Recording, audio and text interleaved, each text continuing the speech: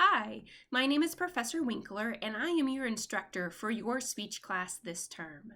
This video is going to talk about the informative speech, the first of two speeches that you'll be giving in this course. Information is for the Speech 1321 Business and Professional Speaking course.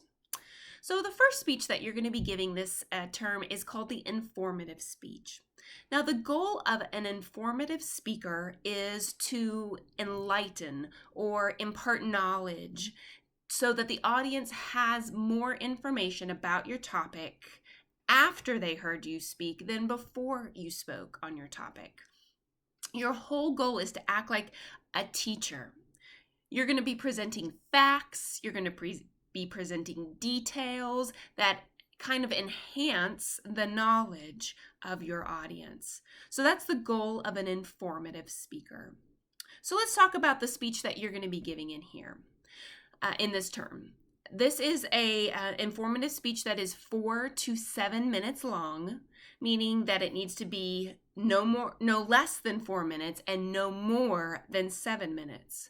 I really suggest that you use some sort of timing device that will help you to know that you're falling within that time. You also need 3 to 5 sources for this speech. I know many of you are going to fall back on the internet to do your research, and I completely understand that. I do too. But there's a difference between finding information on random websites and finding credible information.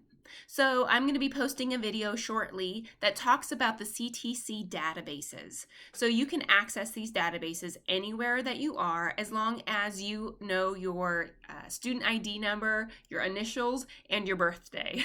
So please watch that video to find sources that are credible, meaning that they are written by people who know what they're talking about. They are credible sources, they're peer-reviewed sources, and great sources to use for your speech. I caution you just to Google and find stuff that you can find on websites. Let's think a little bit higher level of thinking since we're in college and use some of those databases. Check that video out. Also for this speech, you're going to need to have a visual aid. Now, this visual aid doesn't have to be fancy because I know there's many people in many different walks and in many different places around the world taking this class. So your visual aid could be a poster board.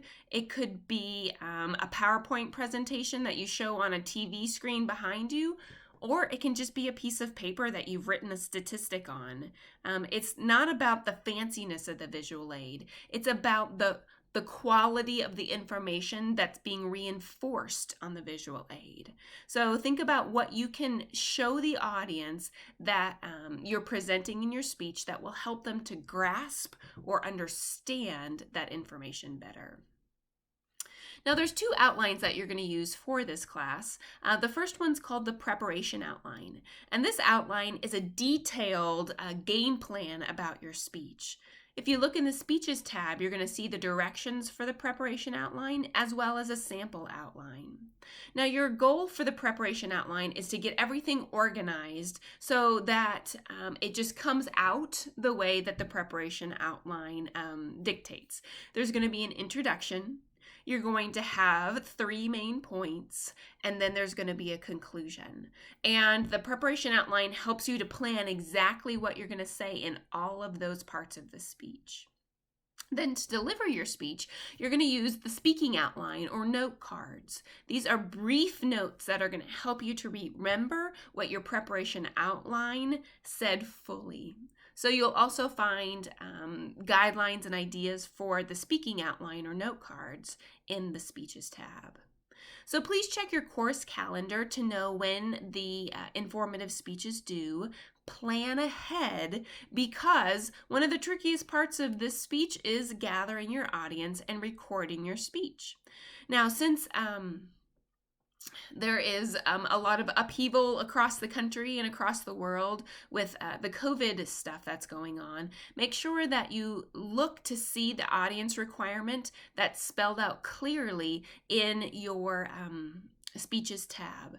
Make sure you have a live audience. That means that the people who are watching your speech are watching it live. You are speaking and they are watching. It's not that you recorded your speech and someone is watching it after the fact. You have to have live audience members. These people can be sitting in the same room. They can be on Skype or FaceTime, as long as when you're recording your speech, you can show them to me live. So if there are 6 people sitting in your audience, before you speak, you need to show me those 6 people, pan the audience, and then turn the camera back on you to speak. I don't need to see the audience while you're speaking. I need to see you while you're speaking. And then after your speech is over, you'll pan the audience again and then end your recording.